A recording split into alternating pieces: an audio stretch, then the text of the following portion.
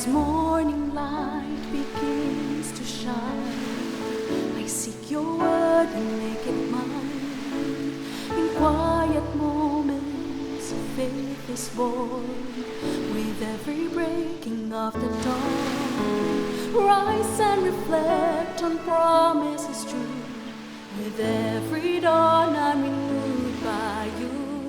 Guided by grace, strengthened by love, your light leads me from above. Your word, my hope, my guiding way.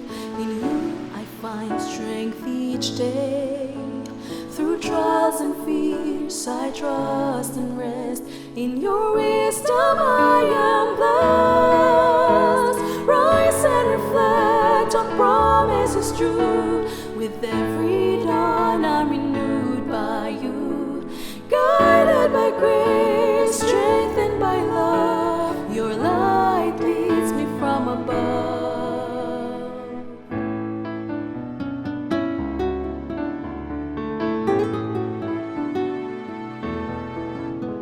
Your word, my hope, my guiding way.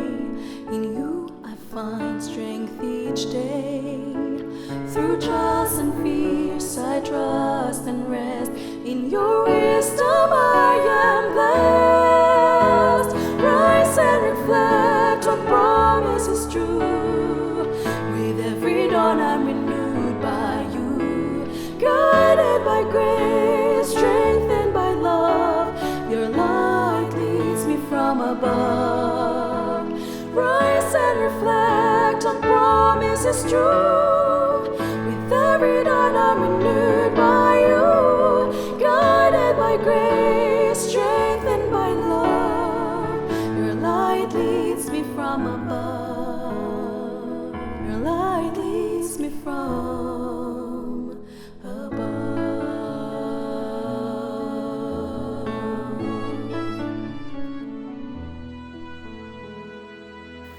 Isang bago at puno ng pag-asang umaga, kaibigan. Ako ang iyong kaibigan, Ner Caranza, na nagsasabing, because of the Lord's great love, we are not consumed. For His compassions never fail. They are new every morning. Lamentations 3:22 and 23. Napakabuti po ng Panginoon na muli niyang ipinahiram sa atin ang buhay na taglay natin ngayong umaga. Tayo ay gumising, taglay ang buhay na ipinahiram ng ating Panginoong Diyos. Yan ay dahil sapagkat iniibig ka ng ating Panginoon. Kaibigan, saan ka man naroroon, sa mga nakikinig po sa iba't ibang mga stasyon dito po sa Luzon, diyan sa Ilocos Sur, Ilocos Norte, Isabela, at ganun din po sa Pangasinan. At ang atin pong mga kaibigan diyan sa Batangas, Laguna, marami pong salamat sa inyong pakikinig. At nakarating po sa atin na mayroon po tayong mga nakikinig dyan sa bandang Quezon, Katanawan, at Occidental Mindoro. Marami pong salamat sa inyong patuloy na pagtangkilik dito sa ating himpilan, AWR 89.1 FM. At siyempre po sa inyong mga nakatutok sa atin pong Facebook page at YouTube channel dyan sa Talisay, Cebu, at sa iba't ibang dako ng sanlibutan. Maraming salamat po sa patuloy na pagtangkilik dito sa ating palatuntunang Rise and Reflect. Akin po muling ipinararating sa inyo na mula March 1 sa ganap na 7 ng gabi ay pasisimulan po natin ang isang natatanging pag-aaral na may pamagat na Revelation of Hope. Inyo pong subaybayan ang pag-aaral na ito sapagkat lalo po kayong mabibless, mauunawaan ang kalooban ng ating Panginoon. Dito nga po sa ating palatuntunan ay nais nating pasimulan ang bawat araw sa pagbabalik ng pasasalamat sa ating Panginoon at sa pagbabasa ng Kanyang salita, ganun din sa pananalangin. At atin pong itutuloy ang ating pinasimulang pagbabasa sa aklat ng Genesis. Ngayon ay chapter 46 po tayo, verses 1 to 34. At mula po sa ang Bible Pinoy version, sabayan niyo po o sundan ninyo ang aking pagbabasa. Umalis nga si Jacob papuntang Egypt, dala ang lahat ng ari-arian niya. Tumigil siya pagdating sa Beersheba at nag-offer ng sacrifice sa Diyos ng tatay niyang si Isaac. Nung gabing yon, Tinawag siya ng Diyos sa isang vision. Jacob, Jacob. Ano po yun? Sagot niya. Ako ang Diyos ng tatay mo. Sabi niya, huwag kang matakot na pumunta sa Egypt. Gagawin kong isang malaking bansa ang lahi mo doon. Sasamahan kita papuntang Egypt at ibabalik ko ang lahi mo sa lugar na ito. Nasa tabi mo si Joseph pag namatay ka.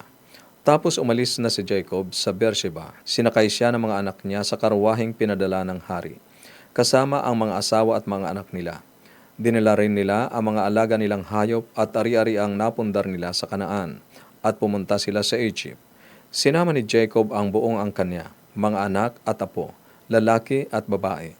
Ito ang mga pangalan ng mga anak at apo ni Jacob na kasama niyang pumunta sa Egypt. Ang panganay na si Reuben at ang mga anak niyang sina Hanok, Palyo, Hezron at Carmi. Si Simeon at ang mga anak niyang sina Jemuel, Jamin, Uhad, Jakim, Zohar at si Saul na anak ng babaeng Kanaanite. Si Levi at ang mga anak niyang sina Gershon, Kohat at Merari. Si Judah at ang mga anak niyang sina Syala, Perez at Zerah. Namatay sa Kanaan yung dalawa niyang anak na sina Ir at Onan. Anak naman ni Perez sina Hezron at Hamul.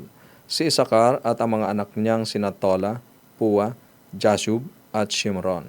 Si Zebulon at ang mga anak niyang sina Sered, Ilon at Jalil. Ito ang mga anak at apo ni Jacob na ipinanganak ni Leah sa Mesopotamia. Kasama dito si Dina, ang babaeng anak ni Jacob. 33 silang lahat.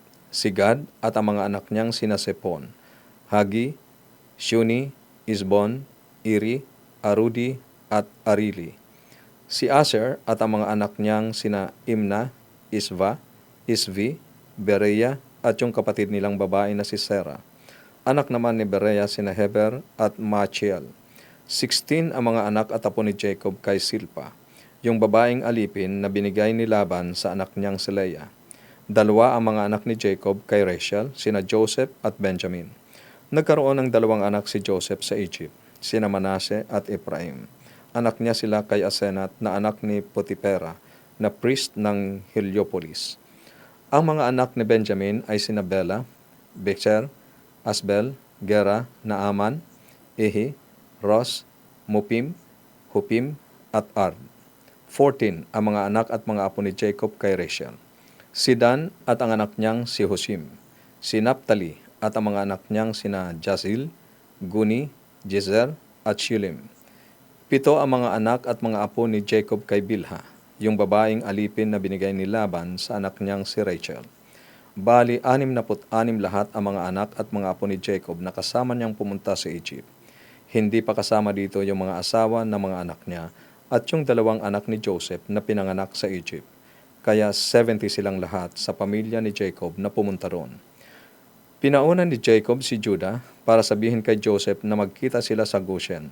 Pagdating nila doon, pinaredy ni Joseph ang karwahe niya at pumunta sa Goshen para makipagkita sa tatay niya.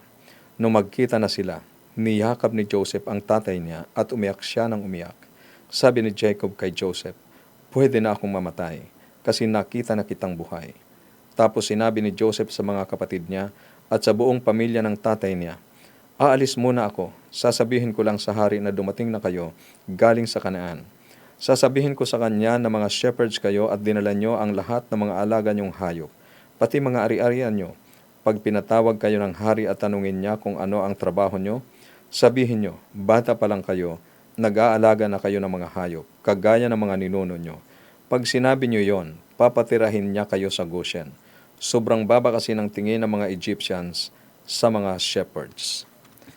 Patungong Ehipto.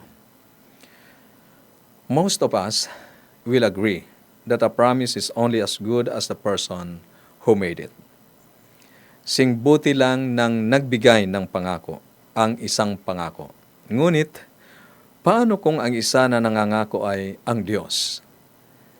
Nakatala sa Genesis 46 ang huling pagkakataon na nagpakita ang Diyos kay Jacob. Dito muling pinagtibay ng Diyos ang marami sa mga pangakong sinabi niya sa mga nakaraang taon. Habang si Jacob ay patungo sa Egypt, huminto siya sa Beersheba sa katimugang hangganan o boundary ng Kanaan at nag-alay ng mga hain sa Panginoon. Sa talatang 1, noong naunang tagutom, pinagbawalan ng Diyos si Isaac na maglakbay papunta sa Egypt para sana makatanggap ng tulong o huwag magutom. Marahil ay iniisip ni Jacob kung ang pagpunta sa Egypt ay ang tamang desisyon. Dapat ba siyang umalis sa lupaing ipinangako ng Diyos kay Abraham na kanyang ninuno? Nung gabing yon, nagpakita ang Diyos kay Jacob upang magbigay ng pagsang-ayon. Hindi lamang katanggap-tanggap para kay Jacob na maglakbay patungo sa Ehipto. Ngunit ngayon ay sasamahan pa siya ng Diyos. Ang Diyos ay hindi nakatali sa geografiya. May iba pang ipinahayag ang Diyos. Ang Egypt ang magiging lugar kung saan lalago ang pamilya ni Jacob upang maging isang dakilang bansa sang-ayon sa talatang 3. Nangako ang Diyos kay Abraham na ang kanyang mga inapo, ang kanyang descendants, ay magiging isang dakilang bansa. Hanggang sa puntong ito, sila ay isang pamilya lamang na naninirahan kasama ng maraming iba pang mga bansa. Ngunit sa Egypt, ang pamilya ni Jacob ay lalago at uunlad. Ang kultura ng Egypt ay medyo naiiba kaysa sa Kanaan. Sa Kanaan, ang pagpapastol ay isa sa mga pangunahing hanap buhay at ito'y iginagalang. Sa Egypt, ang mga pastol ay hinahamak sang-ayon sa talatang 34. Ito ay nagbigay daan naman kay Jacob at sa kanyang pamilya na mamuhay ng hiwalay at mapanatili ang kanilang natatanging pagkakakilanlan kahit na sa mga henerasyon ng pamumuhay nila o pagtigil nila sa Egypt. Tulad ng ginawa niya sa nakaraan, naniwala si Jacob sa mga pangako ng Diyos at sumulong ng may pananampalataya. Nangako rin ng Diyos sa mga mananampalataya ngayon, sa iyo kaibigan, sa akin. Sa Mateo Kabanatang 28, talatang 20, napuspos tayo ng kanyang espiritu, kasama natin si Jesus hanggang sa katapusan ng panahon. Ang Diyos ay kasama natin hanggang sa pagtatapos ng panahon. At siya ay muling darating, ang kanyang anak, ang ating Panginoong Jesucristo, ay muling darating. Sa 2 Korinto, Kabanatang 1, talatang 20, pakinggan mo ang sinasabi ng Biblia, kaibigan. Sapagkat kahit gaano man karami ang pangako ng Diyos, tutuparin niyang lahat ito sa pamamagitan ni Kristo. Kaya nga masasabi natin na tapat ang Diyos at ito'y nakapagbibigay ng kapurihan sa Kanya. Purihin ang Panginoon sapagkat siya ay Diyos na tapat sa Kanyang pangako at ang Kanyang pagbabalik ay Kanya pong tutuparin. Kaibigan, bakit tayo lubos na makapagtitiwala sa pangako ng Diyos? Ano ang picture para sa iyo na magpatuloy ng may pananampalataya batay sa lahat ng ipinangako ng ating Panginoong Diyos? Para sa iyong comment, reflection, and insight, maaari ka pong magpadala ng text sa atin pong mga numero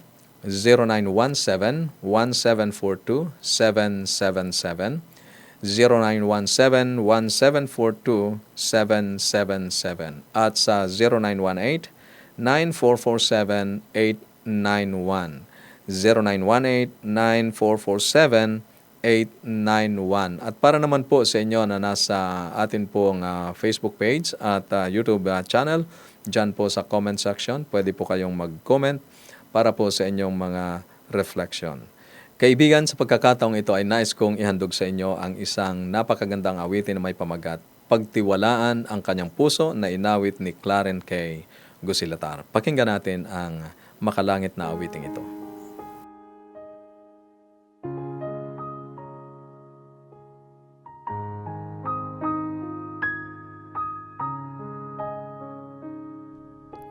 Sa bawat buhay natin, ang Diyos ay mayroong layunin. May hirap man sa landasin, ngunit siya'y tapat pa rin.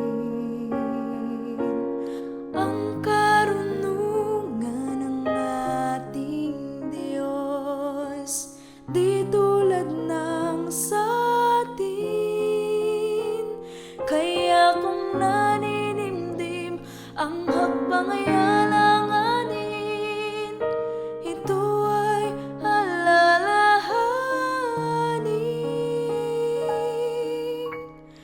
Ang Diyos natin sadyang marunong, siya'y mabuti, tumutulong.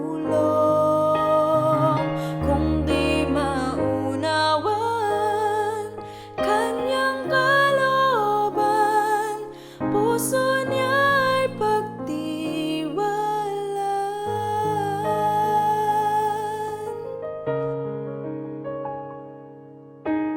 Hawak niya ang bukas, ang salita niya'y di kukupas. Siya ang pag-asa, siya ang lunas, siya'y walang ang katumbas. Ngayon ay namamasdan, ngunit kita niya hangganan. At kaya ni Jesus na ating huwaran, landas niya'y ating lakaran. Ang Diyos natin sadyang marunong, siya'y mabuti, tumutulong. Kung di maunawan kanyang kalooban, puso niya'y pagtiwalaan. Kailanman ang Diyos ay tapat, alam niya ang mabuti sa lahat.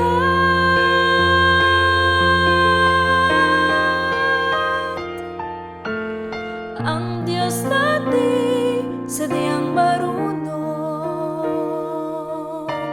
siya'y mabuti, tumutulong. Kung di maunawan kanyang kalooban, puso niya'y pagtiwalaan. Kung di maunawan kanyang kalooban, puso niya'y pagtiwalaan.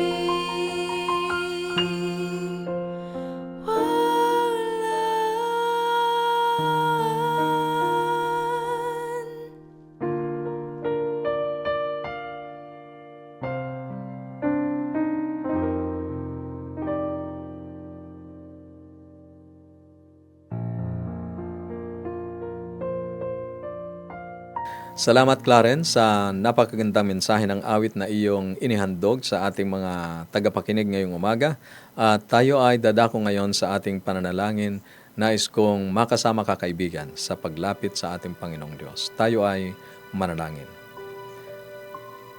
Makapangyarihan naming Diyos, mapagmahal naming Ama, ang iyong mga pangako kay Abraham, Isaac at Jacob ay totoo kahit sa amin ngayon. Habang nagpapasalamat kami sa iyo para sa kanilang pamana, ipinagdarasal namin na ang aming sariling mga kwento ay mag-iwan din ng legacy ng pananampalataya sa susunod naming henerasyon. At kami po ay nakikiusap, Panginoon, na kami po ay inyong patuloy na ihanda sa malapit na pagbabalik ng inyong anak, ang aming Panginoong Jesucristo, ang aming tagapagligtas. At sa pagkakataong ito, akin pong ipinapakiusap at itinataas ang aming mga kaibigan na may mga kahilingan, may mga dalangin, may mga pangangailangan. Panginoon, punuan niyo po ang mga pangangailangan ito. Pagaling niyo po ang mga karamdamang kanila pong nararanasan ngayon. Bigyan niyo po ng hanap buhay ang aming mga kaibigang naghahanap ng kanila pong mapagtatrabahuhan. Bigyan niyo po ng karunungan ang mga anak namin na nagsisipag-aral. At ngayon, dakilang Ama, akin pong tanging inilalapit sa inyo ang pasanin ng ilan sa mga magulang na ang kanilang mga anak ay nahiwalay sa inyo. Sila po ay napalayo. Ipinapakiusap po nila, Panginoon, na sana po ay hipuin ang kanilang mga kaisipan, ang kanilang mga puso, at magbalik sa pananampalataya na ibinagkaloob nyo sa kanilang mga magulang upang sila po ay mabuong isang pamilya na naglilingkod sa inyo. Patawarin nyo rin po kami sa aming mga naging pagkukulang at pagkakasala. Sa pangalan ng aming tagapagligtas na si Jesus. Amen. Amen. Kaibigan, maraming salamat sa iyong pagtangkilik dito sa ating himpilan, AWR 89.1 FM, at dito po sa ating programang Rise and Reflect. Akin pong patuloy na ini-offer sa inyo ang atin pong Bible Study Guide na Explore. Ito ay mapapasa inyo ng libre kung inyo pong ipapadala ang inyong kompletong pangalan at address kasama ng contact numbers. Kayo man po ay nandyan sa Facebook page or YouTube channel. I-comment nyo po sa comment section ang inyong kompletong pangalan at address kasama ng contact numbers para po maipadala namin ang Bible Study Guide na ito, ang Explore. Sa inyo naman po na gustong gamitin ang inyong pong mga cellphone, ang atin pong mga numero ay 0917-1742-777. 0917-1742-777 at sa 0918-9447-891. 0918-9447-891. Muli ko rin po kayong inaanyayahan na abangan po ang atin pong natatanging pag-aaral na Revelation of Hope.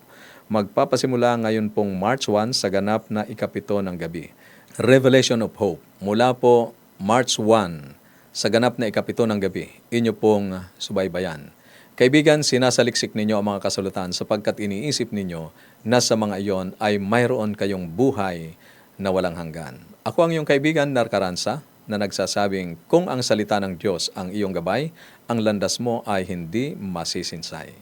Patuloy po kayong sumubaybay sapagkat ihahandog pa namin ang iba't ibang mga programa at mga makalangit na awitin dito po sa ating himpilan.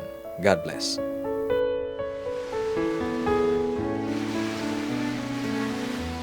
As morning light begins to shine, I seek your word and make it mine.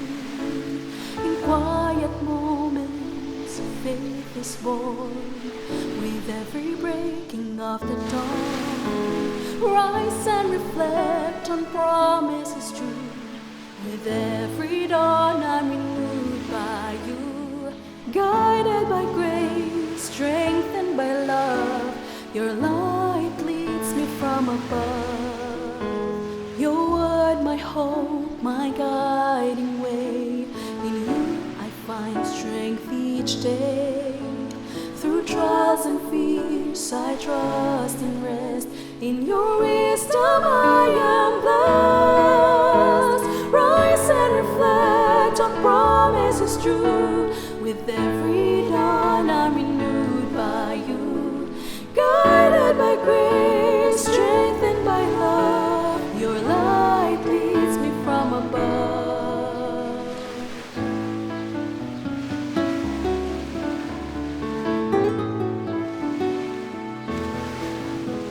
Your word, my hope, my guiding way. In you I find strength each day. Through trials and fears I trust and rest. In your wisdom I am blessed. Rise and reflect on promises true. With every dawn I'm renewed by you. Guided by grace, strengthened by love, your light leads me from above. Rise and reflect on promises true. With every dawn I'm renewed by you. Guided by grace, strength.